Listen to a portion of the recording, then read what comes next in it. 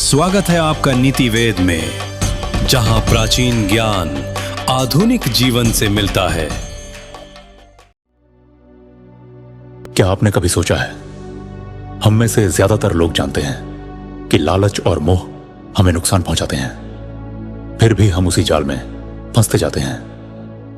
कभी पैसे का मोह, कभी रिश्तों का मोह, कभी चीजों का लालच, कभी नाम और शोहरत का। चाणक्य कहते थे, अति लोभ विनाशाय, यानी जरूरत से ज्यादा लालच हमेशा विनाश लाता है। आज हम गहराई से समझेंगे कि लालच और मोह का यह जाल कैसे काम करता है, और सबसे महत्वपूर्ण, इससे बाहर कैसे निकला जाए। लालच और मोह का जाल कैसा होता है? लालच ऐसा है जैसे शहद से भरा बर्तन, जितना छकोगे उतना ही और चाहोगे। मोह वैसा है जैसे मकड़ी का जाल, जो जितना ज्यादा उसमें फंसता है उतना ही निकलना मुश्किल होता है। मोह हमें आसक्त करता है वस्तुओं, लोगों, आदतों और सुख सुविधाओं से। परिणाम, हमें शांति नहीं मिलती, हमेशा और पाने की भूख लगी रहती है। धृतराष्ट्र और दुर्योधन का उदाहरण लें। धृतराष्ट्र का मोह अपने बेटे के लिए इतना था कि उसने धर्म और न्याय सबको अनदेखा कर दिया। दुर्योधन का लालच हस्तिनापुर के सिंहासन के लिए इतना था कि उसने अपने ही भाइयों के साथ अन्याय किया। परिणाम, महाभारत जैसा विनाशकारी युद्ध।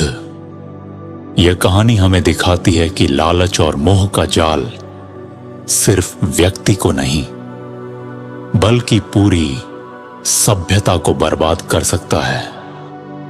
आधुनिक जीवन की एक झलक। पैसे का लालच, दिन रात भागदौड़, ओवरटाइम, नींद और स्वास्थ्य की कुर्बानी।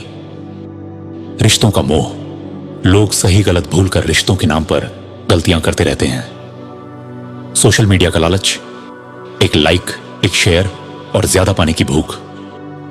भौतिक वस्तुओं का मोह, कार, मोबाइल, मकान, कभी संतुष्टि नहीं मिलती। चाणक्य की सीख, संतोष सबसे बड़ा धन है। हर समय सोचें, क्या मुझे सच में इसकी जरूरत है?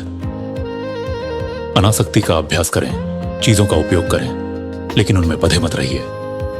स्वयं पर नियंत्रण, रोज 5 मिनट ध्यान करें और खुद से पूछें, मेरी सबसे बड़ी जरूरत क्या है? ज्ञान से मोह का नाश।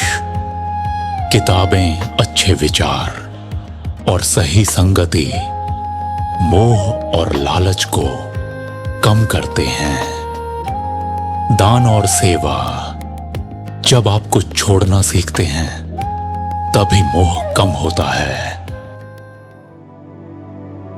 एक साधु के पास सिर्फ एक लोटा और एक गमछा था। एक दिन चूहे ने गमछा काट दिया, उसने दूसरा ले लिया। फिर और चूहे आए, उसने बिल्ली पाल ली। बिल्ली के लिए दूध चाहिए तो गाय रखी, गाय के लिए घास चाहिए तो खेत खरीदा, खेत के लिए मजदूर चाहिए तो नौकरी पर लोग रखे। धीरे धीरे वह पूरा जीवन मोह और लालच में उलझ गया, जबकि शुरुआत सिर्फ एक गमछे से हुई थी। लालच और मोह कभी खत्म नहीं होते, लेकिन चाणक्य की नीति कहती है, जो व्यक्ति संतोष को अपना मित्र और विवेक को अपना मार्गदर्शक बना लेता है, वही सबसे सुखी और सबसे समृद्ध होता है। तो अगर आप भी इस जाल से बाहर निकलना चाहते हैं, कम चाहो, ज्यादा दो, और खुद को मोह के बजाय संतोष से बांधो। यही है जीवन की सबसे बड़ी आजादी।